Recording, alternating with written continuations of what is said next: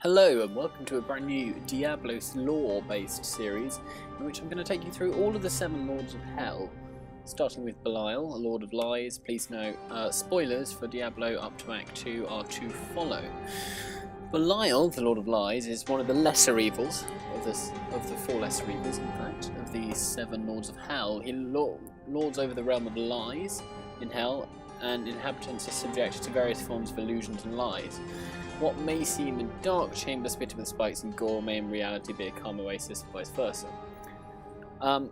Along with Azmodan, he exiled the 3 Primevals to Sanctuary, the world in which the Diablo games take place, after which a civil war broke out between the 2 lesser evils over the control of the Burning Hells, which Belial actually lost.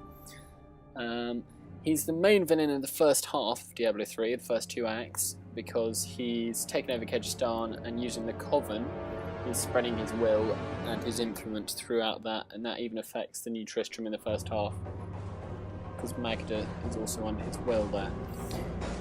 He's the only boss in the entire series to be fought 2 consecutive times in a single game, as you'll see. The first time is when you fight his initial form after defeating his serpent minions, the second time is when he morphs into his true form in the same battle after deciding that it's time to take the hero seriously. Here he is going into his true form. Now, as you see, this is what I would call the 3rd phase of the fight, the first being killing the ads, and the second being getting his travel form down. In this he has 2 potentially dangerous attacks in normal anyway, which is when he smashes down his arms. You don't want to be under that, hit by that you get a huge amount of damage. And the other is when he makes these sort of poison meteorites fall from the sky. If you're on them when they're exploding, then huge amounts of damage done again. Otherwise it's a fairly easy grind. Belial's probably one of my favourite of the lesser evils, because the idea that he's the Lord of Lies and he has control to confuse his targets, change dimensions, I think it's quite cool.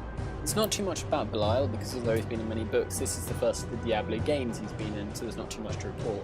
But he's one of the cooler lesser evils, or definitely the coolest. So that's about it for Belial. See you soon.